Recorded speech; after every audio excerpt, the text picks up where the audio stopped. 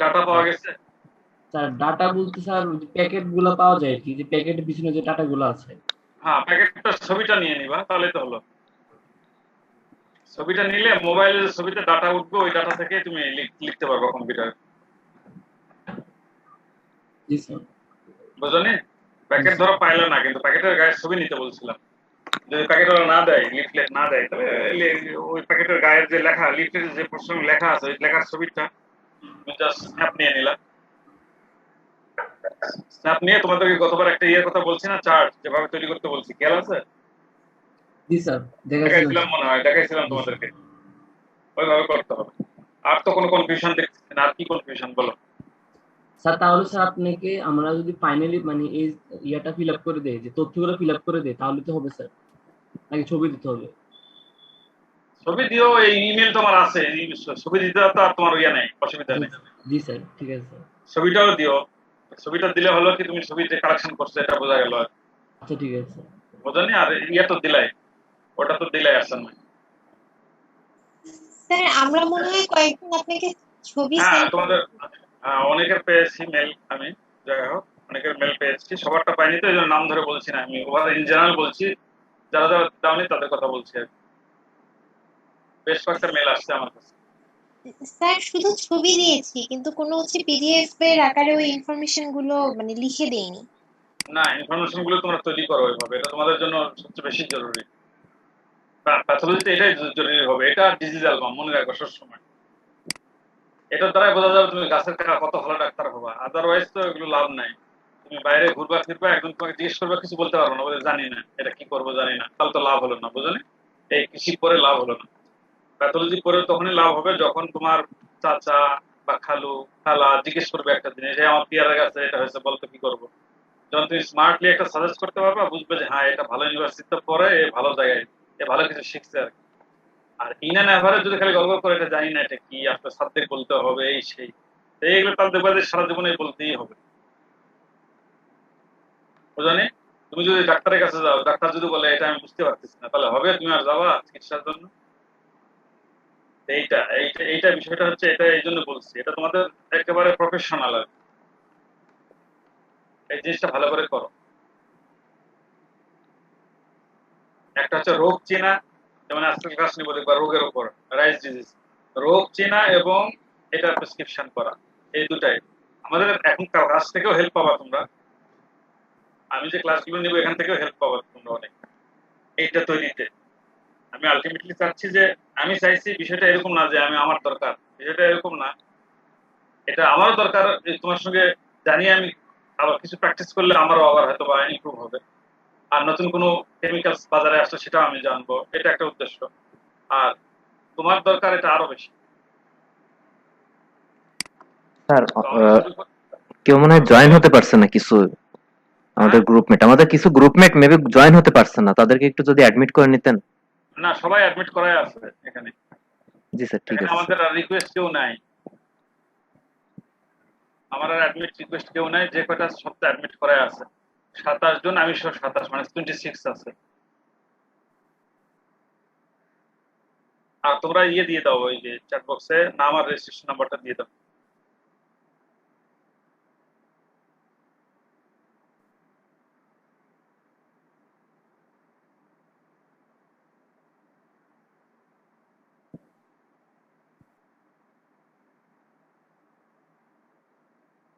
আচ্ছা, আমরা মনে হয় শুরু করি দেখো আজকে, কারণ অলরেডি চলে আসছে 26 জন, হয়ে যাবে আমার মনে হয়, দু একজন হয়তো বা দেরি হচ্ছে।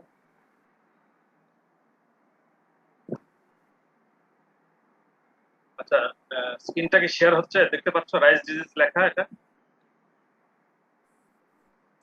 জি স্যার, দেখা যাচ্ছে।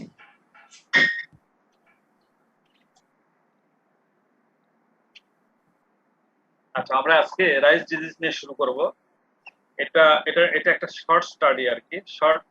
তোমরা দেখবা যে আমাদের এখানে শর্ট স্টাডি রয়েছে, আর কিছু কিছু রয়েছে ডিটেল স্টাডি আর কি। তো শর্ট স্টাডি গুলোতে আমরা সাধারণত কোনো মাইক্রোস্কোপে কাজ করাতাম না, আর এখন তো কোনোটারই মাইক্রোস্কোপ নাই। মাইক্রোস্কোপ তোমরা যখন ক্যাম্পাসে আসবা তখন আমরা আলোচনা করবো। তো এগুলিতে আমরা সাধারণত স্পেসিমেন দেখাইতাম। আর যেগুলো ডিটেল স্টাডি, সেগুলিতে সাধারণত মাইক্রোস্কোপে ওয়ার্ক করতে হতো আর কি, ফাঙ্গাস গাছটাকে বের করতে হতো, কর্নিডিয়া বের করতে হতো। এনিওয়ে এখন সবই তোমাদের করাচ্ছি, এরপরে ডিটেল স্টাডি গুলো আমরা ইনশাল্লাহ যদি ঈদের উপর আল্লাহ চাই তো ভ্যাকসিন নেওয়ার পর যদি আমরা আসতে পারি ক্যাম্পাসে সবাই ইনশাল্লাহ, তখন সেগুলো আলোচনা হবে। এখন শুধুমাত্র ওয়েব বেস যে ছবিগুলো সেভাবে দেখো তোমরা। রাইস ডিজিজ, আমরা রাইস ডিজিজ আলাদাভাবেও লিখতে পারি, প্রত্যেকটা আলাদা আলাদা, অথবা এইভাবে লিখতে পারি স্টাডি অন রাইস ডিজিজেস, একবারে স্টাডি অন রাইস ডিজিজেস বলে তার ভিতরে এবিসিডি দিয়ে আমরা এটা লিখতে পারি। এনিওয়ে রাইস ডিজিজ, প্রথমে দেখো ব্লাস্ট, রাইস ব্লাস্ট, তোমরা নাম শুনেছো। Rice blast is caused by Magnaporthe oryzae oryzae, Magnaporthe oryzae oryzae. Magnaporthe means genus, oryzae species, and last one oryzae is variety. This is the pathovar or প্যাথোজেনের variety যেটাকে আমরা বলি। তো আমি তোমাদের যখন এখন ডিসক্রাইব করব একেবারে টিপিক্যাল যে সিমটম, ঠিক আছে, যেটা টিপিক্যাল সিমটম সেটাই শুধু বলবো, কারণ বই পুস্তক ঘাটলে এই এক একটা ডিজিজের লেকচার ধরো 1 ঘন্টা হতে পারে, কিন্তু আমাদের অনেক পড়া, কাজেই আমরা একেবারে ডিটেল ভিতরে ঢুকবো না আর কি। জাস্ট যেটা টিপিক্যাল সিমটম সেটা এবং এর কন্ট্রোল মেজার, মেইনলি কেমিক্যাল যেটা, সেটা তোমাদেরকে হাইলাইট করবো। তোমরা এখান থেকে যে কোনো ভাবে হোক নোট করলে বা বই করলে অনেক সময় অনেক বেশি কিছু তথ্য দেওয়া থাকবে সেখানে, আমরা আপাতত পড়ানোর জন্য সেটা অ্যাভয়েড করব। তবে আমার এই ক্লাস তোমাদেরকে হেল্প হবে কোন জায়গায়, যে পরীক্ষার সময় তুমি কিভাবে কোন জিনিসটা অ্যান্সার করতে হবে, এই টিপিক্যাল সিমটম গুলি তোমাকে লিখতে হবে। এর বাইরে ইনিয়ে বিনিয়ে উলট পালট বা মানে লেখার চেষ্টা করলে আসলে হবে না, এই জন্য খেয়াল রাখবে। তো টিপিক্যাল সিমটম গুলো এই জন্য আমি বলি, সবাই যদি তার একটা মানে তোমার নোটবুক রাখো অথবা তোমার খাতা রাখো এবং একটি কলম রাখো, জাস্ট পয়েন্ট গুলো টুকে রাখবা সংক্ষেপে, পরে আমার ক্লাস শেষে সেগুলো সুন্দর করে সাজিয়ে লিখলে তাহলে তোমার এই চ্যাপ্টারটা মনে করো তোমার রেডি হয়ে গেল একবারে ফর এক্সাম। এই জন্য বলছি জাস্ট পয়েন্ট আউট করো। আচ্ছা, anyway first disease is rice blast. Blast is very important and economically important disease and also destructive disease of rice, not only in Bangladesh but also in India or other part of Asia. Blast disease, এটা typical blast 3 ধরনের হয়। 3 kinds of blast we found to occur on rice. One is leaf blast, দেখো এটাকে বলা হয় leaf blast, node blast, node blast মানে গিটের blast, আর panicle blast, এটা হলো পেনিক্যাল ব্লাস্ট। অর্থাৎ 3 kinds of blast we found to occur on rice. One is leaf blast, মানে লিফে যেটা হয়। নোড ব্লাস্ট মিন্স নোডে যে ব্লাস্টটা হয়। আর পেনিক্যাল ব্লাস্ট মানে অথবা নেক ব্লাস্ট বলা হয় এটাকে, এটা হয় পেনিক্যালের গোড়ায়, অথবা আমরা নেক বলি, পেনিক্যালের নেকে বা ঘাড়ে, সোজা কথা। তো এই 3 ধরনের ব্লাস্ট হয়। টিপিক্যাল সিমটম দেখো লিফে যেটা দেখা যায়, তোমরা এখানে স্পষ্ট দেখতে পাচ্ছ, লেশনটা হবে spindle shape lesion, spindle shape lesion. এটাকে যদি আমি আরেকটু বড় করি, দেখো স্পিন্ডল শেপ লেশন, এই লেশনটা হচ্ছে স্পিন্ডল শেপ, মাকুর মতো, লেশনগুলো মাকুর মতো, যার মাঝখানে সাদা।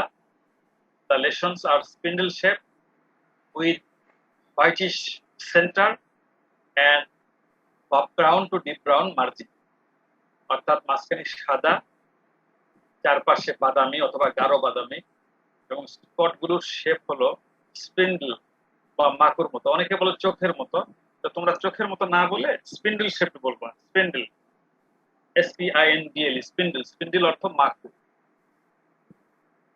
আর এটা হলো লিফ ব্লাস্ট। আর নোড ব্লাস্টে দেখো এই যে নোডের উপরে পচা দেখা যায়, দ্যাট মিন্স রটেন নোড, ঠিক আছে, এক কথায় রটেন নোড, পচা নোড, অর্থাৎ ডিসকালার্ড, রটেন এন্ড ডিসকালার্ড নোড। নোডের উপরে রটেন দেখা যায়, রট দেখা যায়, এবং সেটা ডিসকালার্ড হয়ে যায়, বিবর্ণ হয়ে যায়, এবং ইন সিভিয়ার কেসেস এই নোডটা কিন্তু ভেঙে যায়। দেখো ব্রেকস এট নোড, একেবারে নোটের যে পজিশন সেই পজিশনে ভেঙে যায়, ভেঙে গেলে পুরো কাণ্ডটা ভেঙে পড়ে নিচের দিকে ঝুলতে থাকে। এটা হচ্ছে নোড ব্লাস্টের সিমটম। আর নেক ব্লাস্ট যেটাকে বলে পেনিক্যাল ব্লাস্ট, সেখানে দেখো রড দেখা যায় কোথায়, at the neck region of panicle অথবা at the base of panicle. পেনিক্যালের গোড়ায় দেখো এরকম পচন দেখা যায়, পেনিক্যালের গোড়ায়। এর ফলে কি হয় দেখো, উপরের দিকে পানি এবং খাবার যায় না, ফলে পেনিকেলটা শুকিয়ে যায় উপরের দিকে। And in advance stage or severe condition দেখো পেনিকেলটা ব্রেক করে গেছে, এখানে ভেঙে গেছে, ঠিক আছে, এবং হ্যাংস ডাউন হয়ে আছে, এখানে ঝুলে আছে, পেনিকেলটা এখানে ভেঙে ঝুলে আসছে। এটা হচ্ছে খুব সিভিয়ার কন্ডিশন। এটা হচ্ছে পেনিকেল ব্লাস্টের সিম্পটম। তাহলে দেখো ভেরি ইজি, লিপ ব্লাস্টে আমরা কি বলবো? আমরা লিপ ব্লাস্টের ক্ষেত্রে বলবো স্পিন্ডল সেপলেশন, যার মাঝখানে সাদা এবং চারপাশে বাদামি। নোট ব্লাস্টে বলবো black discoloration or discoloured or rotted or rotten node, পচে যাওয়া নোট। এবং পেনিকেল ব্লাস্টের ক্ষেত্রে আমরা বলবো black discoloration or rot area can be found at the neck region or base of panicle, ঠিক আছে, যেটা অ্যাডভান্স কন্ডিশনে মানে অ্যাডভান্স কন্ডিশনে যেটা ভেঙে যায়, ভেঙে পেনিকেল গুলো ঝুলতে থাকে। এবং এই পেনিকেলে কোনো খাবার মানে কোনো গ্রেন ফরমেশন ভালোভাবে হয় না, হইলেও সেগুলো পার্শিয়ালি ফিল্ড বা আনফিল্ড গ্রেন পাওয়া যায়। এটা সিভিয়ার ডিজিজ আর কি রাইসের ক্ষেত্রে। এটা গেল সিমটম। আমরা এরপরে আসি, দেখো এটাও ব্লাস্টের সিমটম। ব্লাস্টকে দেখো কন্ট্রোলের জন্য আমরা যেটা সাজেস্ট করি প্লাস্টিন 75 WDG, এটা লিখে রাখো, নোট ডাউন করে, প্লাস্টিন 75 WDG অথবা নেটিভো 75 WG, প্লাস্টিন 75 WDG অথবা নেটিভো 75 WG। এটা প্লাস্টিন দিলে 6 গ্রাম পার 10 litre of water for 5 decimal of land, এবং নেটিভো সাধারণত 250 গ্রাম পার হেক্টর, মানে কোম্পানি এই হিসাবে সাজেস্ট করে, এইভাবে সাজেস্ট করে। এবং আরেকটা ওষুধ আছে fungicide Amistar top, Amistar top, এটা 325। একটু লিখে দিলে ভালো হতো হ্যাঁ, স্যার, স্ক্রিনে যদি একটু লিখে দিতেন। স্ক্রিনে লেখাই আছে তো, তুমি দেখো না, খেয়াল করো, স্ক্রিনটাতে নিচে যে দেখতেছো না, এটা লেখাই আছে, দেখছো? ও জি স্যার, দেখেছি, জি। হ্যাঁ, যেটা লেখা আছে সেটাই বলছে যে ব্লাস্টিন 75 WDG, নেটিভো 75 WG, আবার অ্যামিস্টার টপ 325 SC। এই তিনটা দিতে হবে না, কিন্তু আমি প্রবাবল সব কেমিক্যালের কথা বলছি, তিনটার মধ্যে যে কোনো একটা দিলেই হবে। তোমরা ফার্মারকে যে কোনো একটাই সাজেস্ট করবা যে এটা দেন, অথবা সেকেন্ড ওয়ান অথবা থার্ড ওয়ান, যে কোনো একটা। তো এগুলো তোমরা যদি কিছু কালেকশন করো তাহলে দেখবা যে ক্লাসে আমার সঙ্গে মিলবে আর কি অনেক জিনিস, কারণ এগুলো বাইরে বাজারে এখন আছে আর।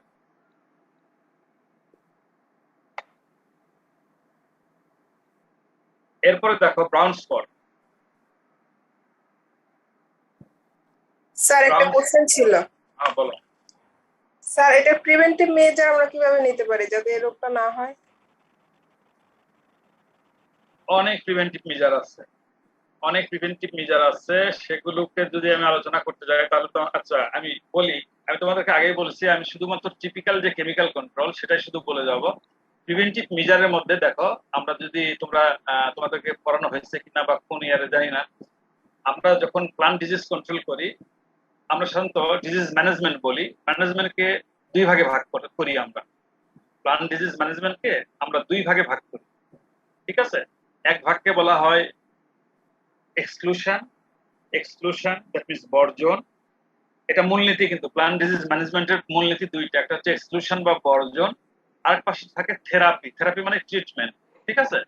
তো এক্সক্লুশন মানে বর্জন যেটা, সেটা বিফোর প্যাথোজেন প্রেজেন্ট, প্যাথোজেন প্রেজেন্টের আগে, আর থেরাপি যেটা আফটার প্রেজেন্স অফ প্যাথোজেন, অর্থাৎ প্যাথোজেন চলে আসছে তারপর। তো আমি যেটা তোমাদেরকে এটা বলছি এটা কিন্তু আসলে থেরাপি, অর্থাৎ প্যাথোজেন রোগ হয়েছে এখন কি করব। আর এক্সক্লুশন হচ্ছে বর্জন, প্রিভেন্টিভ, তার মধ্যে একটা কথা আছে, ওটা বর্জনের মধ্যে প্রিভেনশনও আছে। তার মধ্যে কি কি আছে শুনো, ভালোভাবে শুনে রাখো। সেটা হচ্ছে যেমন সিড ট্রিটমেন্ট আমরা করতে পারি, ঠিক আছে, আমরা সিড ট্রিটমেন্ট করতে পারি। তোমরা সিড ট্রিটমেন্টের কেমিক্যালের কথা কিন্তু আমাদের পরে আবার আসবে, এখানে আছে, আমি অন্য স্লাইডে হয়তো বা রাখছি, সিড ট্রিটমেন্টের কথা আছে। সিড ট্রিটমেন্ট করা যেতে পারে।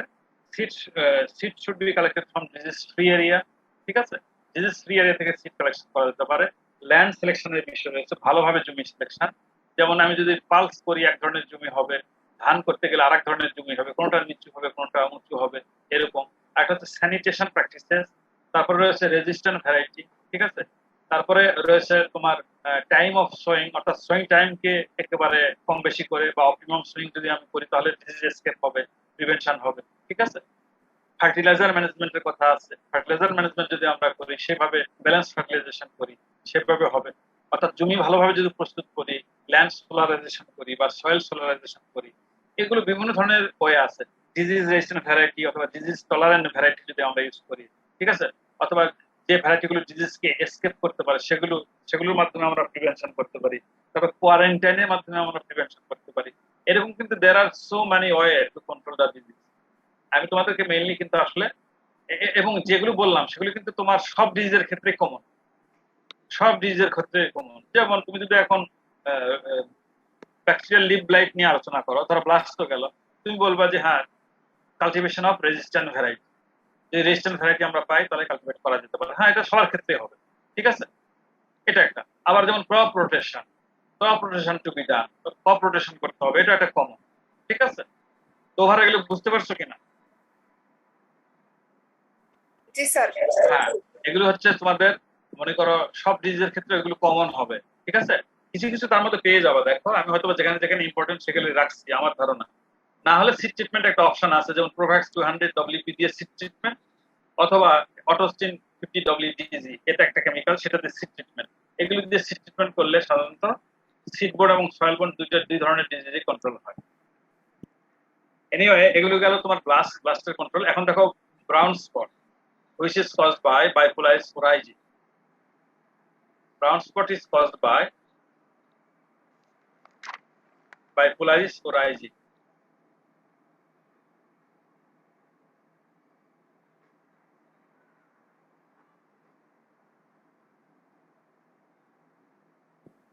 একটু হোল্ড করো তোমরা প্লিজ।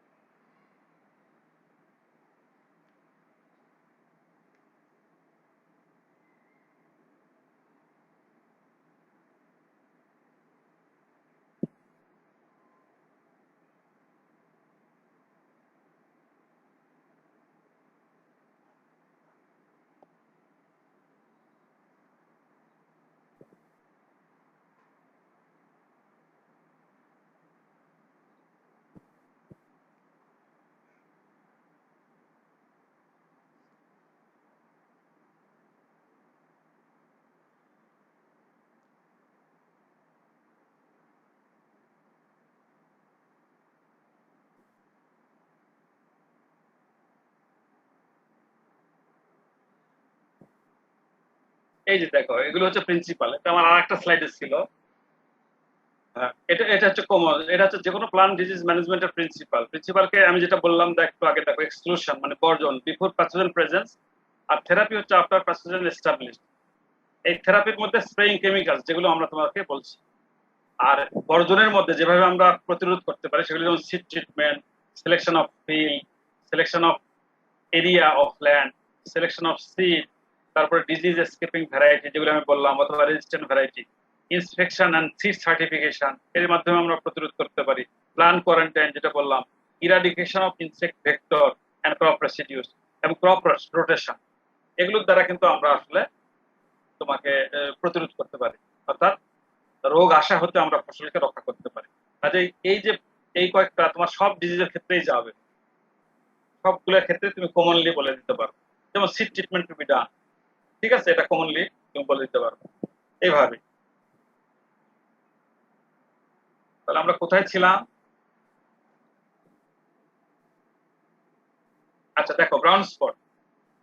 আচ্ছা, এটা আরেকটা পিপিটি আমার। এখানে দেখো, এখানে একটু হয়তো অন্য ধরনের ছবি দেখা যাচ্ছে, এটাই কন্টিনিউ করি আমি। ব্রাউন স্পট দেখো, which is caused by Bipolaris oryzae. Brown স্পটের সঙ্গে প্ল্যান্ট প্যাথোলজির একটা হিস্ট্রি রিলেশন আছে, জানো নাকি কেউ? ব্রাউন স্পট বা বাইপোলারিস স্পোরাইজি প্ল্যান্ট প্যাথোলজির হিস্ট্রিতে আছে, এটা কি কেউ জানো কিনা তোমরা? জি স্যার, এটার জন্য বেঙ্গলি ফিমেন হয়েছিল স্যার হুম। 1942 তে। 1942 বা 45 পর্যন্ত এটা ঘটছিল, জি, স্যার। অবিভক্ত বাংলায়, ঠিক আছে, আনডিভাইডেড বেঙ্গলে, যেটাকে বলা হয় দ্য গ্রেট বেঙ্গল ফেমিন, ঠিক আছে, এইভাবে তোমরা নাম মনে রাখবা। আরেকটা ফেমিনের কি নাম ছিল? another one famine in the history of plant pathology? Sir Irish famine ছিল Irish famine. পটেটো আইরিশ ফেমিনে পটেটো লেড ব্লাইট হয়েছিল ফাইটোপ্থরা ইনফেস্টনস দ্বারা, ওটা 1845, ঠিক আছে, আর জি, একটা স্যার। 1945 এর কাছে। এনিওয়ে সেই ব্রাউন স্পট ঐতিহাসিক প্যাথোজেন আর কি, বাইপোলারিস ওরাইজি।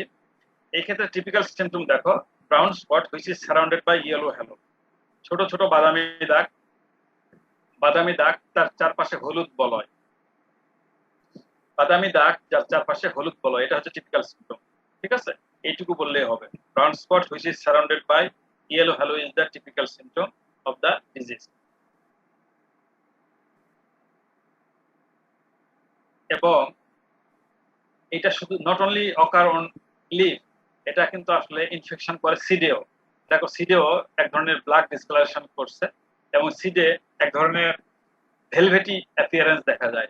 ব্রাউন স্পটের ক্ষেত্রে যখন বাইপোলারিস ওরাইজি সিডে ইনফেকশন করে তখন সেটা এক ধরনের ভেলভেটি বা মখমলের মতো, এক ধরনের মখমল তো বোঝো, একটা গদির মতো বা একটা মানে কি বলে তুলার মতো, একটা নরম নরম একটা উঁচু উঁচু একটা জায়গা তৈরি হয় মখমলের মতো, এখানে সিডের উপরে একটা ডিসকালারেশন হয় এবং এখানে ওই প্যাথোজেনের মাইসেলিয়া বা ওগুলো মিলে এক ধরনের ভেলভেটি এক ধরনের স্ট্রাকচার তৈরি করে, ঠিক আছে। তো সিডের উপরে ভেলভেটি অ্যাপিয়ারেন্স দেখা যায়, এটা লিখতেই হবে, সিডের উপরে ভেলভেটি অ্যাপিয়ারেন্স দেখা যায়।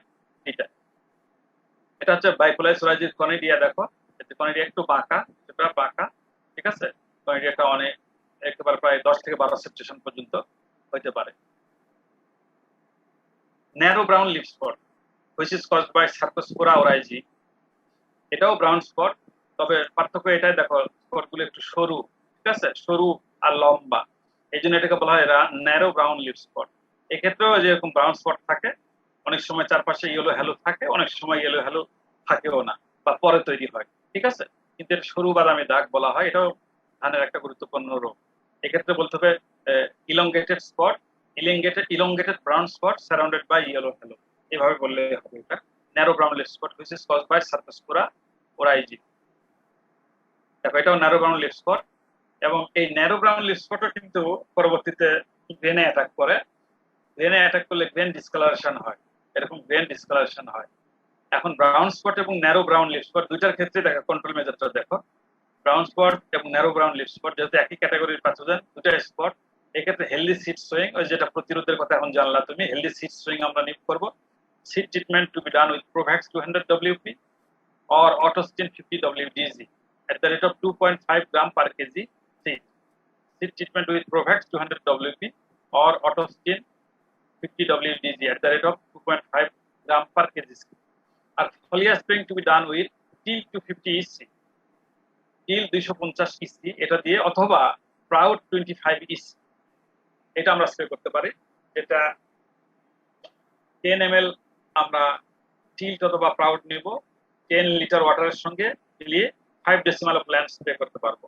এটা কিন্তু গত ক্লাসে আমরা ভালো করে বলছি আমি, যে এটা ডোজ কিভাবে হবে এবং কতটুকু স্প্রে ম্যাটেরিয়াল কতটুকু এরিয়াতে আমরা স্প্রে করব। এরপরে দেখো ফলস স্মার্ট, ধানের আরেকটা গুরুত্বপূর্ণ রোগ, তবে অন্যান্য রোগের মতো সবসময় মাঠে দেখা যায় না। এই ব্রাউন স্পট বা ব্লাস্টের মতো সবসময় মাঠে দেখা যায় না, এটা মাঝে মাঝে হয়, ঠিক আছে, এটাকে ফলস স্মার্ট বলা হয়। এবং which is caused by fungus, এটা একটা ফাঙ্গাস দ্বারা হয় যার নাম পুস্টিলাজিনয়েডি ভাইরেন্স, এটা একটা ফাঙ্গাস পুস্টিলাজিনয়েডি ভাইরেন্স, এই ফাঙ্গাসের দ্বারা এটা হয়। তো আমার বাম পাশে যে ছবি, তুমি যে বাম পাশে দেখছো, এটা হচ্ছে ইনিশিয়াল স্টেজ আর এটা হচ্ছে ম্যাচিউর স্টেজ। ইনিশিয়াল এক্ষেত্রে হয় কি দেখো, এই ফাঙ্গাসটা গ্রেন যখন কচি অবস্থায় থাকে, যখন গ্রেন ফিলিং কেবল শুরু হচ্ছে, মিল্কিং স্টেজ আসছে, ওই অবস্থায় এটা অ্যাটাক করে। অ্যাটাক করলে হবে কি, ভিতরে যে দানা তৈরি হতে লাগে সেই দানাকে পুরোটাই সে ইউটিলাইজ করে। এই ফাঙ্গাসটা ভিতরের দানাটাকে বা শস্যটাকে পুরোটাই ইউটিলাইজ করে করে নিজের বডিটাকে কনভার্ট করে একটা স্মার্ট বল তৈরি করে। দেখো যেটা একটা ধানের একটা দানার চেয়ে 2 থেকে 3 গুণ পর্যন্ত বড় হইতে পারে, একটা স্মার্ট বল, ঠিক আছে, একটা বল স্মার্ট ইরেগুলার শেপ অথবা ওভাল শেপ এক ধরনের স্মার্ট বল তৈরি করে। এই স্মার্ট বল আসলে কি, এই স্মার্ট বল আসলে কিছুই না, এটাকে তুমি হাত দিয়ে চাপ দিলে দেখবা এটা ভেঙে যাবে এবং এর ভিতর থেকে প্রচুর ফাঙ্গাসের স্পোর বেরিয়ে আসবে। প্রচুর ফাঙ্গাসের স্পোর বেরিয়ে আসবে। এই টোটাল গ্রেনটা, that means each grain is converted into a smart ball of fungus, of fungal structure. এর ভিতরে ফাঙ্গাসের স্পোর ছাড়া আর কিছুই নাই, অর্থাৎ এখানে কোনো গ্রেন ফরমেশনই হয় না, পুরো গ্রেনটা কনভার্ট হয় ফাঙ্গাসের স্পোরে। এরকম একটা স্মার্ট বলকে চাপ দিলে দেখবো হাতে কালার লেগে যাবে, ভেঙে যাবে, দেখবা যে প্রচুর বিলিয়ন বিলিয়ন কনিডিয়া বা স্পোর থাকবে এই স্মার্ট বলে। তো ইনিশিয়াল স্টেজে যেহেতু স্পোর গুলো একটু হাইল্যান্ড টাইপের বা লাইট গ্রিন থাকে, তখন দেখা যায় যে একটু এরকম এরকম লাইট গ্রিন অথবা গ্রিন কালার থাকে, কিন্তু অন ম্যাচিউরিটি এরা কিন্তু পরবর্তীতে এই বলগুলো কালারে পরিবর্তন হয়। দেখো পরবর্তীতে ডিপ ব্রাউন অথবা ব্রিক রেড এরকম কালার হয়, ঠিক আছে স্পোর গুলো। এটা বাংলাদেশে সবসময় দেখা যায় না, কোনো কোনো সময় মাঝে মাঝে। গত 4-5 বছর আগে দিনাজপুরের দিকে এটা দেখা গিয়েছিল খুব ভালোভাবে। তো মাঝে মাঝেই দেখা যায়, মাঝে মাঝে আবার দেখা যায় না। এই ক্ষেত্রে আমরা দেখো সাজেশন কি, এই ক্ষেত্রে যেহেতু এটা সিডেও থাকতে পারে, এই জমির সিডের সঙ্গে পরে বিশেষ থাকতে পারে, এই জন্য আমরা সিড ট্রিটমেন্টও বলতে পারি, অথবা যে অটোস্টিন 50WP এটাকে আমরা স্প্রে করে দিতে বলতে পারি মাঠে, ঠিক আছে। এই রোগ দেখা দেওয়া মাত্রই যখন দেখি যদি আসতেছে, শুরু হচ্ছে একটা দুটো, তখন আমরা সঙ্গে সঙ্গে এই অটোস্টিন 50WP এটা স্প্রে করে দিব। কিভাবে? 15 গ্রাম আমরা কেমিক্যাল নিব 10 লিটার অফ ওয়াটারের ভিতরে, যেটা 5 ডেসিমেল অফ ল্যান্ডকে আমরা স্প্রে করব। অথবা আমরা টিল 250 ইসিও নিতে পারি, অটোস্টিন 50WP আমরা স্প্রে করতে পারি, অথবা টিল 250 ইসি এটাও আমরা স্প্রে করতে পারি। এই দুটা যে কোনো একটা সাজেস্টেড, যে কোনো একটা বললে হবে। এরপরে দেখো শীত ব্লাইট। শীত ব্লাইট, খোল পোড়া। শীত অর্থ খোল, ব্লাইট অর্থ পোড়া, অর্থাৎ এটাকে বলা হয় খোল পোড়া রোগ। খোল পোড়া রোগ, শীত ব্লাইট এই জন্যই বলা হয় যেহেতু এটা শীতে হয়। তোমরা জানো লিফের দুইটা অংশ, একটা হচ্ছে উপরের অংশটাকে বলা হয় লিফ ব্লেড, আর নিচের অংশটাকে বলা হয় লিফ শীত। সাধারণত নিচের অংশ বা লিফ শীতে এটা অ্যাটাক করে। এই রোগের টিপিক্যাল সিমটম হচ্ছে দেখো স্পট গুলো গোলাকার অথবা ডিম্বাকার হয়, that means circular or oval spot, যার মাঝখানে থাকে গ্রিনিশ গ্রে সেন্টার। স্পট গুলোর মাঝখানে থাকে গ্রিনিশ গ্রে, সবুজাভ ধূসর, ঠিক আছে, which is surrounded by a brown or deep brown margin. Greenish gray center which is surrounded by a brown or deep brown margin, ঠিক আছে। এই স্পট গুলো মেইনলি হয় গোলাকার অথবা ডিম্বাকার। এবং ব্লাইট বলা হয় তখনই যখন অনেকগুলো স্পট, ছোট ছোট স্পট একত্র হয়ে একটা বড় অংশ জুড়ে ব্লাইটেড হয়ে যায়, তখন এই সিমটমকে বলা হয় ব্লাইট সিমটম। এটা তোমরা যারা সিভিয়ার কন্ডিশনে যদি মাঠে দেখে থাকো, এই রোগটা এত বেশি ভয়াবহ যে অনেক সময় মনে হয় যে এই যে আমরা কোবরা স্নেক বা গোখরা সাপ যে বলি, সাপের গায়ের উপরে যে ফোটাফুটি দাগ, তো আমরা অনেক সময় মাঠে যদি খুব সিভিয়ার হয়, এটা সিভিয়ার হলে হুট করে মনে হয় এই যে বোধহয় কোবরা স্নেক, গোখরা সাপ বোধহয় জমির নিচে বসে আছে, হুট করে এটা মনে হতে পারে যদি খুব সিভিয়ার কন্ডিশন হয়। এই যে ছোট ছোট এই স্পট গুলোকে কোবরা স্নেকের স্কিনের মতো মনে হয়, ঠিক আছে। কাজেই এটা একটা সিভিয়ার রোগ বাংলাদেশের অ্যাসপেক্টে, এটা সিভিয়ার। তাহলে তোমাদেরকে মেইন টার্গেট কি করতে হবে, কি বলতে হবে? স্পটগুলো গোলাকার অথবা ডিম্বাকার, যার মাঝখানে গ্রিনিশ গ্রে আছে, which is surrounded by brown or deep brown margin, আর several spots coalesce or several spots come in contact to form the larger lesion or larger blighted area. অনেকগুলো দাগ একত্র হয়ে বড় দাগের বা ব্লাইটেড এরিয়া সৃষ্টি করে।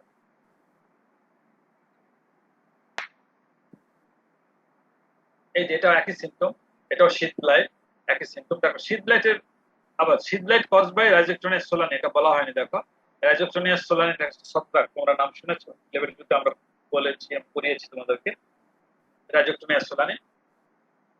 এখন দেখো হাউ টু কন্ট্রোল, আমি এখানে কতগুলো কেমিক্যালস এর কথা বলেছি, দেখো এর মধ্যে যে কোনো একটা দিলেই হবে, এর মধ্যে যে কোনো একটা রিকমেন্ড করতে হবে। যেমন Amistar top 325 SC, Amistar top দেওয়া যেতে পারে। কনজা প্লাস 10 SC এটা দেওয়া যেতে পারে। কনজা 5 ইসি এটা দেওয়া যেতে পারে, স্কোর 250 ইসি এটা দেওয়া যেতে পারে, টিল্ট 250 ইসি এটা স্প্রে করা যেতে পারে।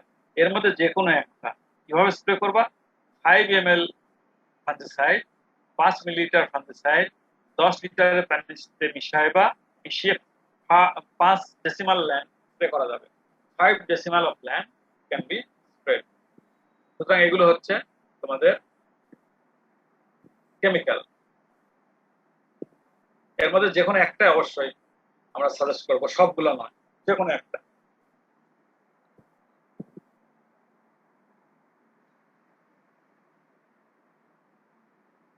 এটা শীত রড ইম্পর্টেন্ট, বাট স্কেপ করি আমি, অসুবিধা নাই। আচ্ছা না হয় দেখে নাও। দেখো শীত রড, এই যে শীত রড ব্লাইটের সঙ্গে একটু রডের পার্থক্য আছে কিন্তু। শীত ব্লাইটের সঙ্গে শীত রড স্যারোক্লাডিয়াম ওরাইজি দ্বারা হয়। স্যারোক্লাডিয়াম ওরাইজি, দেখো আমি সংক্ষেপ করে শীত রড এটা জেনে নাও, of rice which is caused by another one fungus Sarocladium oryzae. এরাও শীত ব্লাইটের মতো সিম্পটম করে থাকে। তো শীত ব্লাইটের সঙ্গে একটু ডিফারেন্স রয়েছে। দেখো শীত ব্লাইটে যে ব্লাইটেড এরিয়াগুলো রয়েছে তার মাঝখানে গ্রিনিশ গ্রে আর চারপাশে বাদামি। এটা কিন্তু মাঝখানে গ্রিনিশ গ্রে না, এটা মাঝখানে কোন সময় এরকম বেশি লাইট ব্ল্যাক অথবা ডিপ ব্রাউন, ঠিক আছে, মাঝখানে। আবার অনেক সময় মাঝখানে কিছুটা এই যে এরকম কি বলে এটাকে, চকলেট কালার, ঠিক আছে, এই ধরনের কালার, অথবা রেডিশ কালার, এই ধরনের রেডিশ কালার। কাজে দেখো শীত রড এবং শীত ব্লাইট দুটো কিন্তু কমপ্লিটলি ডিফারেন্ট। তোমাকে এরকম সিমটম দেখেই বলতে হবে যে এটা আসলে শীত রড, আর শীত ব্লাইট হলে এই ধরনের সিমটম দেখা যাবে না, ঠিক আছে। তো শীত রডের জন্য আমরা সাধারণত প্রোভ্যাক্স 200 WP এটা শীত ট্রিটমেন্ট করতে পারি, আর পরবর্তীতে স্প্রে করা যেতে পারে till 250 EC at the rate of 5 ml per 10 liter of water for 5 decimal of length। তো এটা হলো শীত রড। কাজে শীত রড এবং শীত ব্লাইটের সিম্পটম কিন্তু distinct.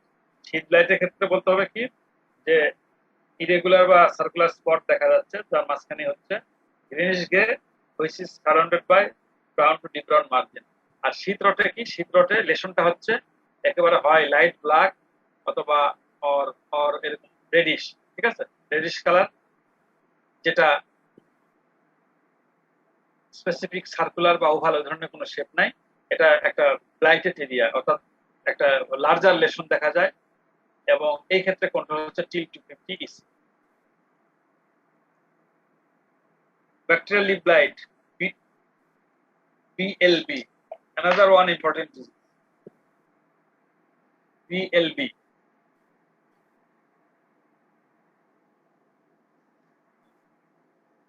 Bacterial lip blight, which is caused by a bacteria named Xanthomonas oryzae pathovar oryzae। Xanthomonas oryzae pathovar oryzae।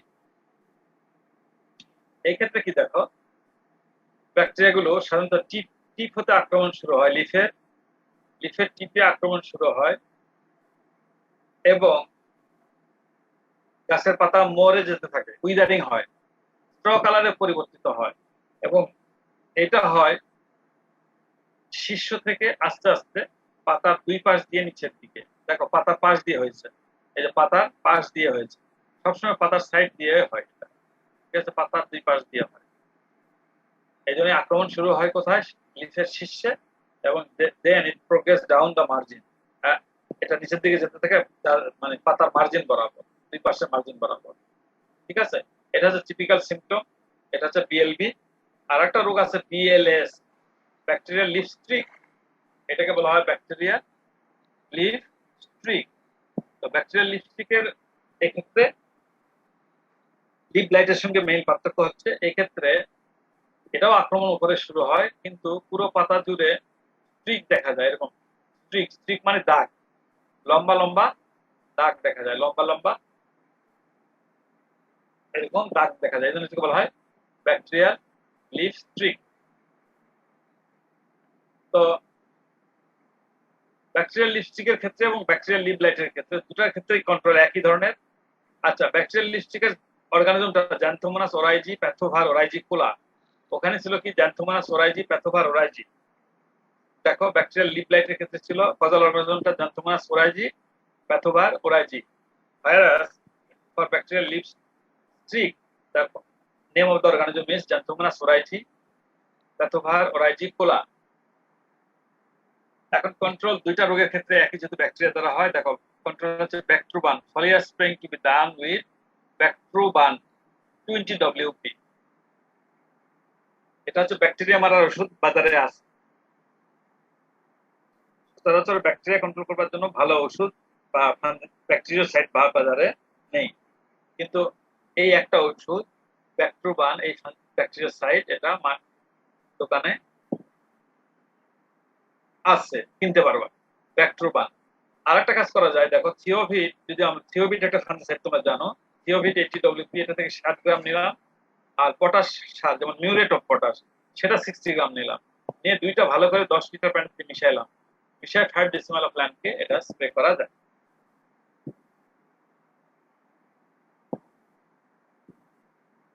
Nematode রোগ, দেখো root knot, which is caused by Melodogon graminicola, Melodogon graminicola। এটা সিম্পটম, এক কথায় symptom বলতে হবে, রুটে knot দেখা যায়। এই যে রুট নট মিন্স রুটে নট দেখা যায়, knot can be found on root, রুটে নট গুলো দেখা যায়, এটাই কিন্তু মেইন। আচ্ছা, নেমাটোডের আরো ডিজিজ রয়েছে, দেখো white tip of rice, white tip of rice, এটা which is caused by Aphelencoides bacci, Aphelencoides bacci, অর্থাৎ লিফের টিপটাকে খেয়ে সাদা করে ফেলে, এবং লিফ টিপের 2 to 5 সেন্টিমিটার, যেটা টিপের 2 থেকে 5 সেন্টিমিটার পর্যন্ত পেঁচিয়ে ফেলে এরা, দেখো পেঁচিয়ে ফেলে, এবং এটা চাবুকের মতো তৈরি করে, পেঁচিয়ে ফেলে, এটাই এই রোগের সিম্পটম, হোয়াইট টিপ। এরপর দেখো উফরা, উফরা ডিজিজ অফ রাইস, কোনটাকে বলি আমরা থোর উফরা, কোনটাকে বলি পাক্কা উফরা। উফরা হচ্ছে, দেখো নেমাটোড যখন ফ্লাগ লিফের নিচে অবস্থান করে এবং পেনিক্যালকে খাইতে থাকে, দেখো পেনিক্যাল যখন ফ্লাগ লিফের ভিতরে থাকে, অর্থাৎ গাছের স্টেমের ভিতরে থাকে পেনিক্যাল, বিফোর পেনিক্যাল এমার্জেন্স এরা এই গাছে অ্যাটাক করে এবং এই পেনিক্যাল গুলোর উপর ফিডিং করে। ফলে কি হয়, দেখো এই পেনিক্যাল গুলো আর বাড়তে পারে, এই পেনিক্যাল গুলো আর বেরিয়ে আসতে পারে না। তখন দুইটা ঘটনা ঘটে, কিছু কিছু পেনিক্যাল বেরিয়ে আসতে পারে, আবার অনেক ক্ষেত্রে পেনিক্যাল বেরিয়ে আসতে পারে না। এরকম লিফ শীতকে এরকম ফুলে তোলে, থোরের মতো তৈরি করে, এগুলিকে আমরা বলি থোর উপরা, থোরের মতো তৈরি হয়। কলার যে আমরা থোর আমরা খাই, কলার যে থোর হয়, ওই থোরের মতো উঁচু উঁচু ফুলে ওঠে, এটাকে বলা হয় থোর উপরা। এনিওয়ে, এটা যে মেইন ক্ষতি হয় সেটা হচ্ছে ফলন হয় না, যদি সিভিয়ার আক্রমণ হয় ফলন হবে না, মানে কোনো ধরনের গ্রেন বের হবে না, পেনিক্যাল ইনিশিয়েট করবে না। আর যদি পার্সিয়ালি ইনিশিয়েশন হয় পেনিক্যাল, অর্থাৎ কিছু গ্রেন যদি বের হয়, সেক্ষেত্রে যে গ্রেন গুলো বের হবে সেই গ্রেন গুলো আনফিল্ড অথবা পার্সিয়ালি ফিল্ড অথবা ডিসকালার্ড। তো ফর নেমাটোড ডিজিজ আমরা ইউজ করতে পারি, দেখো কার্বিফিউরান গ্রুপ, যেমন ফুরাডান 5G অথবা ব্রিফার 5G, এগুলো আমরা ইউজ করতে পারি। ফুরাডান 5G অথবা ব্রিফার 5G এটা আমরা ইউজ করতে পারি। 1.3 কেজি পার বিঘা এটাও দিতে পারো, অথবা তোমরা সাজেস্ট করতে পারো 30 কেজি পার হেক্টর। কাজেই দুই ভাবে করতে পারো, 30 কেজি পার হেক্টর করতে পারো, অথবা 1.3 KG per bigha.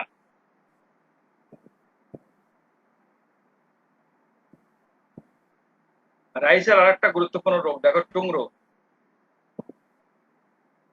Rice tungro, which is a viral disease. The disease is caused by a virus named rice chungru bacilliform virus, অথবা সংক্ষেপে রাইস চুংরু ভাইরাস, সংক্ষেপে রাইস চুংরু ভাইরাস।